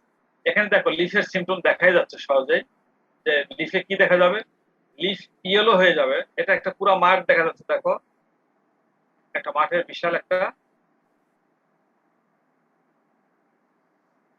বিশাল অংশ মাঠে, এবং এটা দেখো ইনফেক্টেড লিফ, ইনফেক্টেড লিফকে আমরা এভাবে বলতে পারি leaf yellowing or yellow orange colour. দেখো নিউট্রিশনাল ডিফিসিয়েন্সির সঙ্গে একটু ডিফারেন্ট আছে। লিফ ইয়েলো হবে পুরোপুরি ইয়েলো নয়, ইয়েলো অরেঞ্জ কালার, এটা একটা। আর ইনিশিয়ালি আক্রমণ যদি হয় টুংরুর ক্ষেত্রে গাছ খাটো হবে, ঠিক আছে, প্লান্টস বিকাম স্টান্টেড, এবং গাছের রুট গুলো হবে খুবই উইক। রুট গুলো হবে উইক মানে দুর্বল দুর্বল। এবং তুমি যদি হাত দিয়ে ইনফেক্টেড গাছকে উপর থেকে হাত দিয়ে উঠাও তাহলে দেখবা যে গাছের রুট উঠে আসবে, মনে হবে পচে গেছে, এরকম উঠে আসবে। রুট গুলো খুবই খুবই দুর্বল হয় টুংরুর ক্ষেত্রে। এই ক্ষেত্রে একটা ইনসেক্ট আছে যেমন leafhopper. Leafhopper, green leaf হোপারটাই বেশি, অনেক সময় ব্রাউন প্ল্যান্ট হোপারও কাজ করে থাকে, তবে গ্রিন লিফ হোপার গুলোই বেশি। এই গ্রিন লিফ হোপার এগুলো ট্রান্সমিট করে এক গাছ থেকে আরেক গাছে ছড়ায়। এখন দেখো এই যে আমরা আইডেন্টিফাই করব টুংরু, কিভাবে আইডেন্টিফাই করব একটা গাছে একটা জমিতে টুংরু হয়েছে কিনা?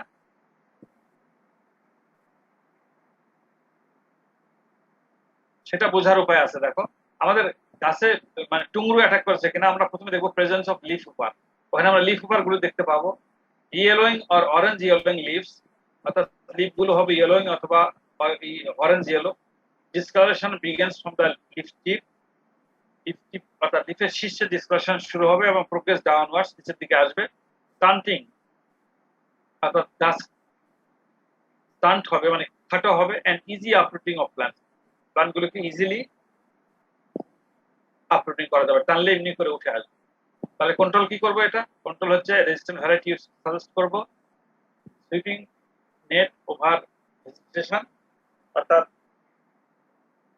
এন্টোমোলজিতে দেখবা নেট দিয়ে ধরে পোকা, সেভাবে ধরতে হবে সুইপ করে করে ফিল্ডের উপরে। Destroy infected plant and which, infected প্ল্যান্টগুলোকে ধ্বংস করতে হবে এবং আগাছাগুলোকে।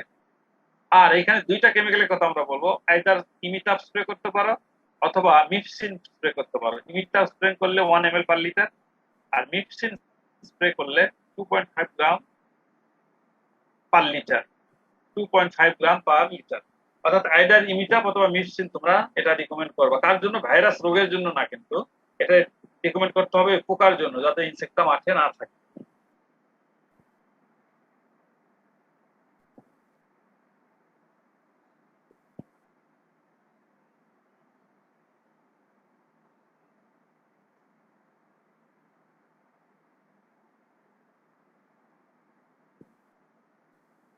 স্যার একটা বিষয় জানার ছিল রাইস থিসিস থেকে। বলো। স্যার আমরা যে দেখলাম রাইসের টংরু ডিজিজটার কারণে লিফ গুলো ইউলো হচ্ছে, কিন্তু আমরা অনেক সময় দেখি যে নিউট্রিয়েন্ট ডেফিসিয়েন্সির ফলে হচ্ছে যে লিফ ইউলো হয়। তাহলে আমরা দুইটা আলাদা করবো কিভাবে? হ্যাঁ, দুইটা আলাদা খুব সহজেই করতে পারবা। দুইটা আলাদা আমি তোমাকে দেখাই, যদি ফিল্ডটা দেখায়, এই যে দেখো, যেমন এই যে ফিল্ড, ধরো এটা ফিল্ড হয়েছে, এটা ফিল্ড। আচ্ছা, তোমাদের মধ্যে কেউ কি এই অ্যান্সার দিতে পারবা? আমি তোমাদেরকে আগে সুযোগ দিই, কারো যদি জানা থাকে যে নিউট্রিশনাল ডেফিসিয়েন্সি হইলে আমরা কিভাবে প্রেডিক্ট করতে পারবো যে আসলে নিউট্রিশনাল ডেফিসিয়েন্সি নাকি এটা আসলে ভাইরাল ডিজিজ। টুংরো না, শুধু রাইস ক্ষেত্রেই না, যে কোনো ক্রপসের ক্ষেত্রে, যে কোনো ক্রপসের ক্ষেত্রে নিউট্রিশনাল ডেফিসিয়েন্সি হতে পারে। এখানে তোমাদের সঙ্গে আরেকটা পয়েন্ট আমি অ্যাড করি, অনেক সময় নেমাটোড ইনফেকশন হলেও গাছের পাতা হলুদ হয়ে যায়, কারণ গাছের নেমাটোড যখন গল তৈরি করে, নট তৈরি করে, রাইসের ক্ষেত্রে এটা হতে পারে। সেই ক্ষেত্রে দেখবা যে পানি এবং খনিজ লবণ উপরে আসছে না, তখন গাছের কিছু পাতা একটু হলুদ হতে পারে, সেটা একটা কেস। আর একটা কেস হচ্ছে যদি নিউট্রিশনাল ডিফিসিয়েন্সি হয়, ফার্মার এসে তোমাকে বললো আফা বা স্যার আমার গাছের পাতা হলুদ হয়ে যাচ্ছে, কি করব, সেটা একটা হতে পারে। আর গাছের সরাসরি ধানে বা যে কোনো ক্রপে ভাইরাল রোগ হয়েছে, তিনটা জিনিস। আর কেউ কি শেয়ার করবা? তারপরে আমি বলছি। তোমাদের মধ্যে কেউ কি জানো নাকি?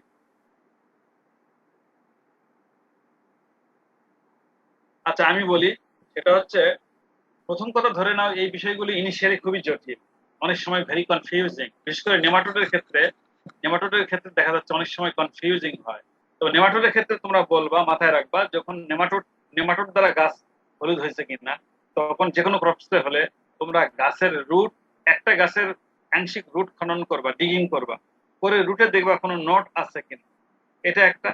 আর একটা সিমটম অনেক সময় নেমাটোডের ক্ষেত্রে দেখা যায় যে অনেক সময় দিনের বেলা গাছটা নেতিয়ে পড়ে, আবার রাতের বেলা ভালো হয়ে যায়, ঠিক আছে, এটা নেমাটোডের ক্ষেত্রে সিমটম। যদি পাতা হলুদ হয়। আর এখন তোমার যে কোশ্চেনটা যে নিউট্রিশনাল ডিফিসিয়েন্সি নাকি না ভাইরাল, ভাইরাস ইনফেক্ট করলে একটা নেচার রয়েছে আক্রমণের, আবার নিউট্রিশনাল ডিফিসিয়েন্সি হলে এক ধরনের নেচার রয়েছে। তুমি যদি পুরো ফিল্ডটা জুড়েই দেখো যে পাতা হলুদ হয়ে যাচ্ছে, পুরো ফিল্ড, পুরো মাঠ জুড়ে, তাহলে এটা ধরেই নাও এটা নিউট্রিশনাল ডিফিসিয়েন্সি। আমার পয়েন্ট ধরতে পারছো?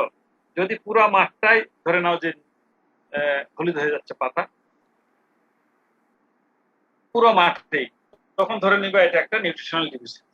আর ভাইরাস যদি হয় ভাইরাল কারণে অর্থাৎ ভাইরাসের কারণে, ইন জেনারেলি হয় কি, ভাইরাস রোগ কোথায় হয়? যখন একটা ইনসেক্ট ভিজিট করে। ধরো একটা গাছে ইনসেক্ট ভিজিট করলো, ইনিকুলেশন করলো, ভাইরাসটা ট্রান্সমিট করলো, সেটা সিমটম বের হতে কয়েকদিন সময় লাগে, 2 দিন 3 দিন 4 দিন 5 দিন এরকম সময় লাগে। বাই দিস টাইম ইনসেক্ট কিন্তু ওয়ান আফটার অ্যানাদার অন্যান্য গাছগুলি ভিজিট করে। কাজেই ভাইরাল ডিজিজ হলে একসঙ্গে পুরা ক্ষেতের সব গাছে একসঙ্গে হলুদ হবে না পাতা, শুধুমাত্র হলুদ হবে সেই সমস্ত পাতা যে সমস্ত গাছে ভিরুলোফেরাস ইনসেক্ট অর্থাৎ যে ইনসেক্টের ভিতরে ভাইরাস ছিল, সেই ইনসেক্ট শুধুমাত্র যে সমস্ত গাছে ভিজিট করছে সেই সমস্ত গাছে পাতা হলুদ হবে। কাজেই গাছের পাতা হলুদ একটা, এখানে একটা, ওখানে একটা, গাছ ফিল্ডের মাঝখানে একটা, ওই কর্নারে একটা, এইভাবে পাতা হলুদ হবে। কাজে তুমি বুঝতে পারবা, তুমি ফার্মারকে প্রশ্ন করে জেনে নিবা, এগুলো জেনে নিয়ে তুমি সাজেস্ট করবা যে এটা ভাইরাস দ্বারা হয়েছে নাকি না নিউট্রিশনাল ডিফিসিয়েন্সি। আর নিউট্রিশনাল ডিফিসিয়েন্সি দ্বারা হলে ইন অ্যান এভারেজ পুরা মাঠ অথবা মাঠের কোন একটা অংশ পুরাটাই একবারে পাতা হলুদ হবে। আমার পয়েন্টটা কি ধরতে পারছো কিনা? জি স্যার, বুঝতে পারছি। হ্যাঁ, এইভাবে ফার্মাররা বললে ফার্মারকে এইভাবে বলতে হবে, এইভাবে বলবা। স্যার তাহলে যদি স্যার একটা প্লান্ট হয়, যদি আমাদের একটা ফল গাছ যদি হয়, বা যদি একটা প্লান্ট, অনেক সময় মরিচ গাছ যদি হয়, মানে সাপোজ একটা প্লান্ট, তখন স্যার আমরা কিভাবে বলবো? তখন কি স্যার একটা গাছের মানে হাফ পার্ট এরকম এফেক্টেড হবে, তারপর বাকিটা ঠিক থাকবে এরকম? না, একটা গাছে কিসের আক্রমণ হবে বলো? স্যার ধরেন স্যার একটা আমাদের যদি হচ্ছে একটা ধরেন একটা ফল গাছ হচ্ছে আমার নিউট্রিয়েন্ট ডিফিসিয়েন্সি, নাকি এটা হচ্ছে যে আদার্স কোনো নেমাটোড জাতীয় সমস্যা, হ্যাঁ, তাহলে আমরা কিভাবে বলবো? যেহেতু কি আমার ফল? ফিল্ড না, ফিল্ডে হচ্ছে স্যার অনেকগুলা ক্রপ থাকে, অনেক ক্রপ থাকে, তাহলে আমরা হচ্ছে একটা পোর্শনে বুঝলাম যে ইয়েলো থাকবে, বাকিটা হচ্ছে সব গ্রিন থাকবে, অথবা পুরোটা ফিল্ডে হচ্ছে আমাদের ইয়েলো হয়ে যাবে। কিন্তু যখন আমাদের একটা প্লান্ট হবে, যে একটাই গাছ আছে এখানে, হ্যাঁ, হতে তখন পারে। আমরা তোমার তোমার ফল গাছ যেগুলো একটা একটা করে লাগাও সেগুলো হতে পারে, যেমন টবের তোমার একটা গাছ হতে পারে, তোমার একটা টবের গাছ হতে পারে, অথবা তোমার বাসার আশেপাশে অথবা ফল গাছ একটা লাগাইছো সেটাও হতে পারে। সেক্ষেত্রে একই বললাম তো তোমাকে, নেমাটোডের যদি নেমাটোড প্রেডিক্ট করো, তাহলে ওটা যদি বাইরে মাঠে থাকে দেখবে রাতে, দিনের বেলা রোদ আসলে নেতিয়ে পড়বে, রাতে আবার ঠিক হয়ে যাবে। ঠিক আছে, এটা একটা নেমাটোড। আর যদি না বুঝতে পারো তাহলে নেমাটোডের ক্ষেত্রে অনেক সময় ভেরি ভেরি কনফিউজিং, নিউট্রিশনাল ডিফিসিয়েন্সির সাথে খুবই কনফিউজিং, এটা আমরা অনেক সময় বুঝতে পারি না। তখন দেখা যায় কি, আমরা ওই যে ধরো রুট ডিগিং করি, গাছ নষ্ট করি না কিন্তু, পুরো গাছটা নষ্ট করি না, গাছের চারপাশে যে ফাইব্রাস যে রুট গুলো আছে, ধরো গাছ থেকে তোমার, যেমন আম গাছ যদি হয়, অথবা তোমার যদি ধরো ডালিম গাছ হয়, এটা বড় হয়, অথবা যে কোনো ধরো টমেটো গাছ হয়, তোমার টবে একটা টমেটো গাছ আছে, অথবা মাঠে একটা টমেটো গাছ আছে, সেটা হতে পারে হয়তো রুট নট হয়েছে কিনা। তখন ওই টমেটো রুট তো অনেক বড় রুট, চারিদিকে সব তোমার ট্যাপ রুটটা নষ্ট না করে, হয়তো গাছের গোড়া থেকে 2 3 4 5 ইঞ্চি দূরে আস্তে আস্তে একটু, তুমি যদি মানে মাটিটা খনন করো, খনন করলে দেখো ফাইব্রাস রুট গুলো বের হবে, ফাইব্রাস রুট, ঠিক আছে, ছোট ছোট, যেগুলো অ্যাডভেন্টিসিয়াস রুট, ওই রুট গুলো তুমি ভালোভাবে 2 4টা নিয়ে দেখবা, দেখলে ওখান থেকে নট পাইলে বুঝবা যে হ্যাঁ এটা নেমাটোড দ্বারা হয়েছে।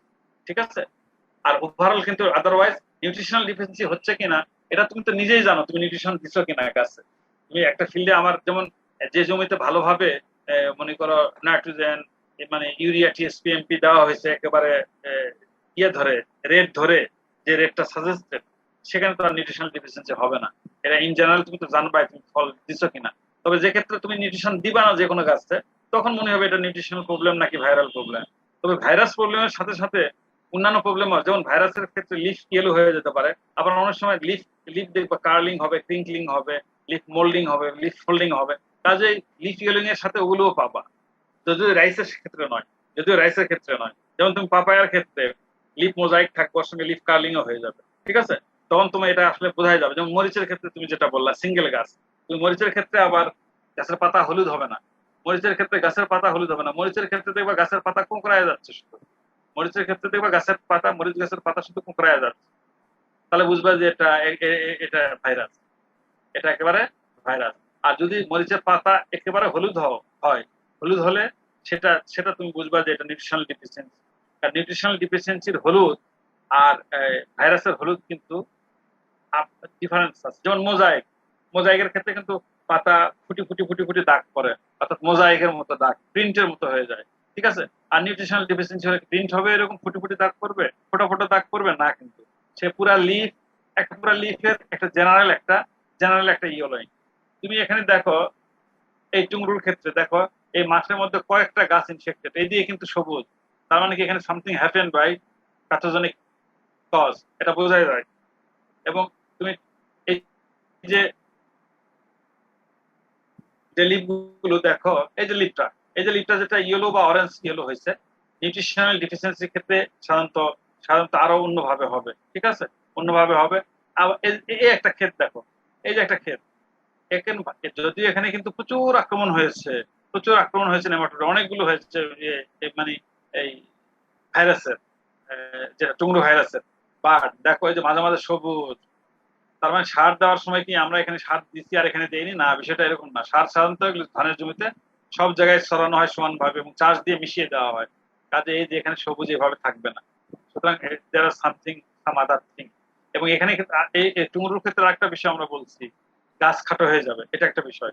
এবং ভালো খাটো হবে, আক্রমণ যদি প্রথমের দিকে হয় ভালোভাবেই খাটো হবে গাছ, এবং এই গাছগুলো টান দিলে উঠে আসবেন, মানে গোড়াগুলো রুটগুলো নরম হবে, উঠে আসবে আর কি। এই ওভারঅল মনে হয় আমার যতটুকু বুঝছো, কিছুটা হলে বুঝছো কিনা, 80% বুঝছো কিনা দেখো ওভারঅল। আর বাকি কিছু থাকবে, বাকি কিছু জিনিস কনফিউজিং আমাদের কাছেও। সব সমস্যার সমাধান চোখ দিয়ে হবে না, 20% সমস্যার সমাধান হচ্ছে আফটার টেস্টিং হবে আর কি। যেমন অনেক সময় কোনোটাই বোঝা যাচ্ছে না আসলে কি, তখন গো ফর দ্য টেস্ট। আমরা যেমন অ্যাজ এ হিউম্যান বিং, তোমাদের ক্ষেত্রে অনেক সময় যেটা হয়, যেমন ডাক্তাররা অনেক জিনিস ধরতে পারে না বলে ব্লাড টেস্ট করো। তোমার ব্লাড টেস্ট করে তোমার আরবিসি প্রোফাইল, হোয়াইট বিসি, এগুলো দেখবে, সিরাম ক্রিয়েটিনিন, এগুলো দেখবে, জেনারেল কিছু জিনিস দেখে বলবে যে ভাইরাস টাইরাস কি আছে তোমার দেহে। অর্থাৎ আমরা কিন্তু আলটিমেটলি ওইরকম টেস্টে যাবো। তো ওভারঅল যেটা রুল, যেগুলো যে আমরা কোন ভাবে প্রেডিক্ট করব, যেমন দেখো ব্যাকটেরিয়াল ডিজিজ যদি হয়, ফর এক্সাম্পল যেটা তোমাকে বললাম যে নেমাটোড দ্বারা ধরো গাছের রুটে আক্রমণ হয়েছে, তাহলে অনেক সময় উইল্টিং হয়, পাতাও হলুদ হয়ে যায়, কিন্তু গাছের গোড়ায় নেমাটোড দেখবা না, নট দেখবা। বাট ফিউজারিয়াম দ্বারা হয়, যদি হয়, ফর এক্সাম্পল ফিউজারিয়াম দ্বারা কিন্তু উইল্ট হয়, গাছের গোড়ায় অ্যাটাক, ধরো ব্রিঞ্জালে নেমাটোড অ্যাটাক করলো, ফিউজারিয়াম অ্যাটাক করলো, ব্যাকটেরিয়া অ্যাটাক করলো। দেখো আমি 3টা কেস এখানে আসছি, নিউট্রিশন পরে। তাহলে যখন তোমার নেমাটোড অ্যাটাক করবে, তুমি ফাইবারাস রুটে ওইরকম পাবা। তুমি র্যান্ডমলি 4-5টা গাছ ভিজিট করে দেখো, অনেক ভালো গাছও দেখো যে এরকম রুটে নট আছে, কেন নট থাকলে বোঝা যাবে এটা নেমাটোড গেল। যদি গাছের গোড়া 2-1টা নষ্ট করতে হবে, একটা গাছ নষ্ট করলা, যে গাছটা উইল্ট হয়ে গেছে, নষ্ট করে গাছের রুটটাকে কেটে ফেলে ছিঁড়ে ফেলো, স্টেমটাকে ছিঁড়ে ফেলো মাঝ বরাবর স্টেমটা ছিঁড়ে ফেললে তুমি দেখতে পাবা যে ভাস্কুলার ব্যান্ডেলের ভিতরে, গাছের গোড়ায় ভাস্কুলার ব্যান্ডেলের ভিতরে তোমার দেখবা যে ফাঙ্গাসের মাইসেলিয়া অথবা টক্সিন, বিশেষ করে ফিউজারিয়াম যদি হয়, দেখবা যে প্রচুর রেডিশ স্ট্রিক দেখা যাচ্ছে, অথবা ফিউজারিয়ামের টক্সিন। এগুলো দেখে বুঝবা যে এটা ফাঙ্গাল উইল্ট অথবা ফাঙ্গাস এখানে ধরছে। আর যদি গাছের গোড়ায় ব্যাকটেরিয়া ধরে, অনেক সময় ব্যাকটেরিয়াল উইল্ট হয়, যেটা তোমরা জেনে নাও। যদি ব্যাকটেরিয়াল উইল্ট হয়, তাহলে গাছের গোড়া হালকা পচে যাবে এবং এখান থেকে একটা গন্ধ বের হবে। এই পচা স্থান থেকে এক ধরনের গন্ধ বের হবে, পচে যাবে জিনিসটা পচে গন্ধ বের হবে। আর যদি ফাঙ্গাস হয়, ফাঙ্গাল উইল্ট হয়, তাহলে ডাইরেক্টলি ওইরকম পচবে না, সাদা টিস্যুটা কেটে ফেললে রুট ভাস্কুলার ব্যান্ডেল যদি লঙ্গিটিউডিনালি স্প্লিট করো, তাহলে এরকম হোয়াইটিশ মাইসেলিয়া দেখা যেতে পারে অথবা রেড স্ট্রিক দেখা যেতে পারে, এবং এখান থেকে কোনো পচা গন্ধ আসবে না। ফাঙ্গাসের ক্ষেত্রে কোনো পচা গন্ধ আসবে না, ভাইরাস ব্যাকটেরিয়ার ক্ষেত্রে পচা গন্ধ আসবে। আর একটা হচ্ছে ব্যাকটেরিয়ার ক্ষেত্রে গাছের গোড়া আক্রমণ হলে ধরো এক ধরনের সিক্রেশন হবে, এটা ব্যাকটেরিয়াল উজ বলা হয়। আমরা যে ক্ষতস্থান থেকে বলি না, উজ নিঃসৃত হয় আমাদের ক্ষতস্থান থেকে, যেমন গায়ে ঘা হলে সেখান থেকে এক ধরনের নিঃসরণ হয়, আমরা বলি নোংরা একটা জিনিস, সেটা নিঃসরণ হচ্ছে, এরকম নিঃসরণ হবে। ব্যাকটেরিয়া যদি গাছের গোড়ায় উইল্ট করে, এই ধরনের এখন নিঃসরণ হবে এবং ওখান থেকে পানি পানি হবে, স্যাপ স্যাপ করবে, পানি পানি হবে এবং ওখান থেকে পচা এক ধরনের গন্ধ বের হবে। আচ্ছা, আমার মনে হয় দ্যাটস এনাফ তোমাদের বোঝার ক্ষেত্রে। ক্লিয়ার হয়েছে কিনা? জি স্যার। আচ্ছা, তাহলে রাইস ডিজিজ শেষ হলো। আমার মনে হয় আজকে এখানে এই পর্যন্ত রেখে দেই। আমরা নেক্সট ক্লাসে হুইট ডিজিজ শুরু করবো ইনশাল্লাহ। আজকে আর শুরু করছি না, কারণ এরপরে হুইট ডিজিজ রয়েছে। আচ্ছা, রাইস টুংরুর ক্ষেত্রে আমরা কন্ট্রোল বললামই তোমাকে, ইমিতাপ এবং মিপসিন 2 কেমিক্যাল। ইমিতাপ এবং মিপসিন 2 কেমিক্যাল, এটা মনে রাখবা। আর ইনসেক্ট ভেক্টরকে যেভাবে হোক কন্ট্রোল করতে হবে। এটা হচ্ছে কেমিক্যাল পারো অথবা হাত দিয়ে ধরো, নেট দিয়ে ধরো, যেভাবে হোক ইনসেক্টের ট্রান্সমিশন রোধ করতে হবে। তাহলে আজ এ পর্যন্তই থাক। স্যার আমার একটা কোশ্চেন ছিল স্যার। বলো। স্যার আমরা জানি স্যার যে টিল কিন্তু একটা ফাঙ্গিসাইড। স্যার আমরা হ্যাঁ। স্যার মানে অন্যান্য যে ফাঙ্গিসাইড গুলো রয়েছে আমরা কি স্যার এগুলো হ্যাঁ। ইউজ করতে পারি চাইলে? কোনটা অন্যান্য ফাঙ্গিসাইড রয়েছে মানে? যেমন স্যার আমরা কেলিবার একটা মানে প্যাকেটের নাম, এটা ধরুন স্যার সাইবারমেথ্রিন গ্রুপের যেগুলো আছে এগুলো কি আমরা ইউজ করতে পারি? সাইপারমেথ্রিন গ্রুপ কি নাম? স্যার কেলিবারটা স্যার সাইবারমেথ্রিনেরই, তারপর আবার হ্যাঁ। স্যার কার্বনডিজম আছে, ওইসব গুলো কি আমরা ইউজ না, করতে পারবো? কোথায় ইউজ করবা সেটা তুমি সবই ইউজ করতে পারবা, কিন্তু ইউজ করবা কোথায় সেটা হচ্ছে কথা। মানে আমরা স্যার হচ্ছে যে রাইস টুংরু যেটা আমরা দেখলাম, টিল আমরা হচ্ছে অনেকগুলোতে দেখলাম যে স্যার না, রাইস চুংরুতে টিল নাই তো। রাইস চুংরুতে টিল নাই। শোনো, তোমাকে আমি বলি, সবাই শুনে নাও, দুইটা জিনিস কিন্তু সবসময় এই কৃষিবিদরা কনফিউজ করে। একটা হচ্ছে ইনসেক্টিসাইড আর একটা হচ্ছে ফাঞ্জিসাইড। দুইটা কিন্তু ভিন্ন জিনিস। রাইস চুংরুর ক্ষেত্রে আমরা ভেক্টর কন্ট্রোল করবো, ভাইরাস না। কিন্তু আমরা রাইস চুংরু যেহেতু এর ভেক্টরটা হচ্ছে ইনসেক্ট, ঠিক আছে, এর ভেক্টরটা হচ্ছে ইনসেক্ট এবং লিফ হপার। কাজে রাইস চুংরুর ক্ষেত্রে আমরা লিফ হপার কন্ট্রোল করবো, যাতে এক গাছ থেকে আরেক গাছে ডিজিজটা ট্রান্সমিট না হয়। ইনসেক্ট কিন্তু ট্রান্সমিট করে, এক গাছ খায়, খেয়ে সেই গাছের থেকে আরেক গাছে যায়, সেই গাছে যখন খাইতে শুরু করে তখন মাউথ ওয়াশের সঙ্গে এই গাছ থেকে ওই সেল স্যাপটা ওই গাছে যায়, এবার ভাইরাস ট্রান্সমিট হয়। কাজে এই ক্ষেত্রে আমরা কন্ট্রোল করবো, যে গাছে ভাইরাস অ্যাটাক করবে সেই গাছ আমরা বাঁচাতে পারবো না, সেই গাছকে আমরা বাঁচাতে পারবো না, ওটা মারা যাবে, ওটা এই জন্য ওটাকে নষ্ট করে ফেলতে হবে। কিন্তু আমাদের টার্গেট থাকবে অন্য ভালো সুস্থ গাছে যেন ডিজিজটা ট্রান্সমিট না হয়, সেক্ষেত্রে আমরা ইনসেক্টিসাইড দিব, এটার ক্ষেত্রে। আর টিল কিন্তু একটা ফাঞ্জিসাইড, সেটা রোগের ক্ষেত্রে আমরা দিব। সুতরাং তুমি যে সাইপারমেথ্রিন যে গ্রুপটার কথা বলতেছো, সেটা টিল্টের সাথে অল্টারনেট হবে না কখনো, টিল্টের ক্ষেত্রেই থাকবে। আর সাইপারমেথ্রিন হতে পারে তোমার যেখানে হতে পারে, যেমন ইমিতাপ, মিপসিন, এর অল্টারনেট হিসাবে তোমার হতে পারে। অর্থাৎ সাইপারমেথ্রিন গ্রুপ ওটা হচ্ছে ইনসেক্টিসাইড, ওটা ইনসেক্ট কন্ট্রোলের জন্য, অর্থাৎ পোকা মারার ওষুধ। ওটা ফাঞ্জিসাইড নয় যে টিল্টের সাথে তুমি কনভার্ট করে নিবা, ওটা মানে চেঞ্জ করে নিবা। বুঝতে পারছো কিনা? জি স্যার। ওটা হচ্ছে ইনসেক্টিসাইড। যেমন এখানে ইমিতাপ আছে, মিপসিন আছে, আরো ইনসেক্টিসাইড আছে, একতারা আছে, ডাইমেক্রন আছে, ডায়াজিনন আছে, ঠিক আছে, এগুলো হচ্ছে ইনসেক্টিসাইড। অর্থাৎ ইনসেক্টিসাইডের রিপ্লেসমেন্ট ইনসেক্টিসাইড দ্বারাই হবে, ফাঞ্জিসাইডের সঙ্গে নয়। তুমি টিল্ট কার সঙ্গে দিতে পারো? দেখো, টিল্ট হচ্ছে প্রোপিকোনাজল গ্রুপ। টিল্টের সঙ্গে তোমার চেঞ্জ হতে পারে প্রোভেন।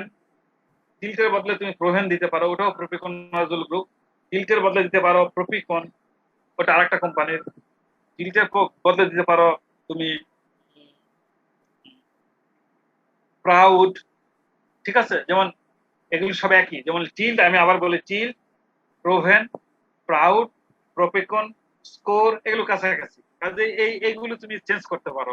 এগুলো সবগুলোর অ্যাক্টিভ ইনগ্রিডিয়েন্ট এক এক কোম্পানির এক এক নাম, এক এক কোম্পানির এক এক দেওয়ার নাম, ঠিক আছে। যেমনটি নাপা, যেমনটি প্যারাসিটামল, যেমনটি তোমার রিফাত সিটামল, এরকম এক একটা সিটামল সবই জ্বরের ওষুধ, কিন্তু সবগুলার অ্যাক্টিভ ইনগ্রিডিয়েন্ট একই, ঠিক আছে। ঠিক তেমনি টিল, প্রাউড, প্রোভেন, প্রোপিকন, এগুলো সব প্রোপিকোনাজল গ্রুপ। এগুলো যে কোনো একটা তুমি সাজেস্ট করতে পারো, এইগুলোকে রিপ্লেসমেন্ট করতে পারবা। কিন্তু টিলকে তখন ইমিটাপের সাথে করলে হবে না। ইমিটাপ ইনসেক্টিসাইড, এখানে ইনসেক্ট কন্ট্রোল করতে হবে। কাজে তোমাকে রোগ এবং পোকা দুইটা বুঝতে হবে। যখন পোকা কন্ট্রোল করবা, শুধুমাত্র পোকা মারার ওষুধ। তোমাকে লিস্ট, আমি যে লিস্ট করতে বলেছি ওই লিস্ট আলাদা করো, পরে প্রয়োজন হলে এন্টোমোলজিস্ট কোনো স্যারের সঙ্গে বসে পোকা মারার ওষুধের আর একটা আলাদা লিস্ট করো। তাহলে দেখবা তোমার ভবিষ্যতের জন্য একবারে একটা লিস্ট তৈরি থাকলো তোমার কাছে। তো আর কোনো কোশ্চেন? দেখো,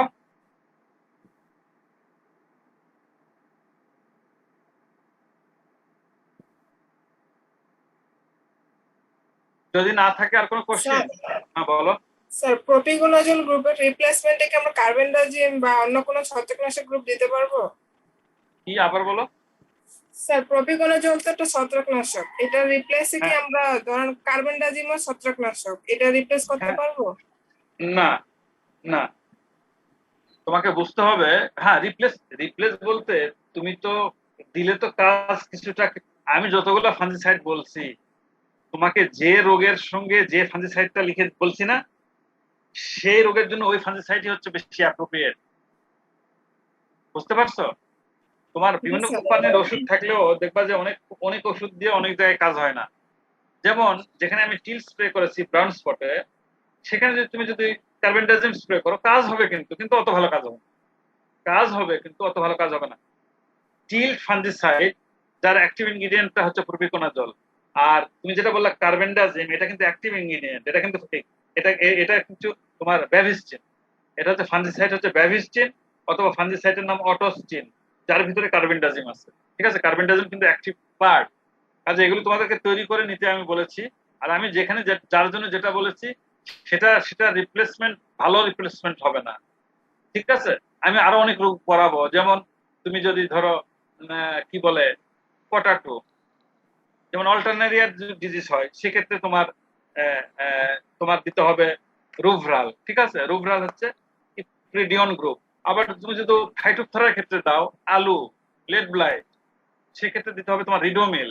ঠিক আছে, কাজেই আহ, কাজেই কিন্তু তুমি আবার অল্টারনারি, তুমি এইটা ওটাতে ওইটা এটাতে দিলে কাজ করবে, কিন্তু অল্প কাজ করবে, অত বেশি ভালো কাজ করবে না। বুঝা গেছে? কাজেই যে ফাঞ্জিসাইডটা যেখানে যেটা দিচ্ছি সেটা মনে রাখবা, সেটার জন্য অ্যাপ্রোপ্রিয়েট। ওটা হচ্ছে টপ ক্লাস তোমার প্রেসক্রিপশন। এটা হচ্ছে টপ ক্লাস প্রেসক্রিপশন। কিন্তু তুমি, হ্যাঁ, ওটা হাতের কাছে পেলে না, এটা দিলে কাজ হবে কিন্তু অত ভালো কাজ হবে না। বুঝতে পারছো?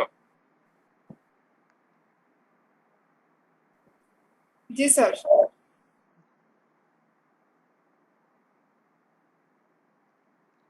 তো তাহলে আজকে রাখবো, নাকি আর কোনো কোশ্চিন আছে দেখো তোমাদের?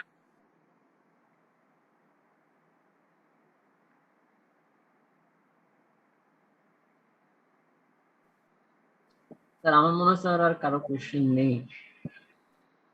আচ্ছা, এখন না থাকলেও পরেও যদি অন্য ক্লাসেও যদি মনে হয়, সেগুলো তোমরা লিখে রেখো, পরে আমাকে জিজ্ঞেস করো। জি স্যার, অনেক সময় ক্লাসে প্রশ্ন মনে থাকে না, তাই না? জি অনেক স্যার, সময় এরকম হয় যে প্রশ্ন মনে থাকে না, যে পরে মনে হয় যে স্যারকে এটা জিজ্ঞেস করলে ভালো হতো। জি স্যার। এনিওয়ে, আমরা ক্লাস শেষ করে নেই। প্রয়োজন হলে প্রশ্নেরও একটা ক্লাস নিতে পারবো আমরা, যে তোমাদের কি প্রশ্ন আছে পুরাটা, পরীক্ষা কেমন হবে কিভাবে হবে, এগুলোর উপরও ক্লাস নেওয়া যাবে, সমস্যা নাই। তোমরা এই ক্লাসগুলো শেষ করো। তা এখন শোনো, তোমাদেরকে যেটা বলি, আমাদের তো ক্লাসগুলো শেষ করে ফেলতে হবে। তোমাদের একটু বেশি বেশি ক্লাস নিয়ে শেষ করতে হবে, বা অন্য সময় কোনো সময় যদি ফাঁকা থাকো, আমরা নিয়ে ক্লাসগুলো শেষ করে দিব, বুঝছো? কারণ আমাদের নাহলে তো অনেক ক্লাস আছে। স্যার তাহলে স্যার আমরা স্যার ওই যে দুইটা গ্রুপ মিলে স্যার মানে একটা টাইম ফিক্সড করে আপনাকে স্যার জানাই তাহলে। তোমরা দুইটা গ্রুপ মিলে, আর কোথায় কোথায় ফাঁকা আছে আমাকে একটু প্রবাবল সব ডেট গুলো জানাও। ওই ফাঁকে আমি যেখানে যেখানে ফাঁকা, সেখানে সেখানে তোমাদেরকে নিয়ে নিব। বুঝতে পারছো? ঠিক আছে স্যার। তাহলে তোমরা একটু নিয়ে আমাকে জানাও। তো ভালো থাকো তাহলে, আজকে রাখি। জি স্যার, আসসালামু আলাইকুম স্যার। ওয়ালাইকুম সালাম।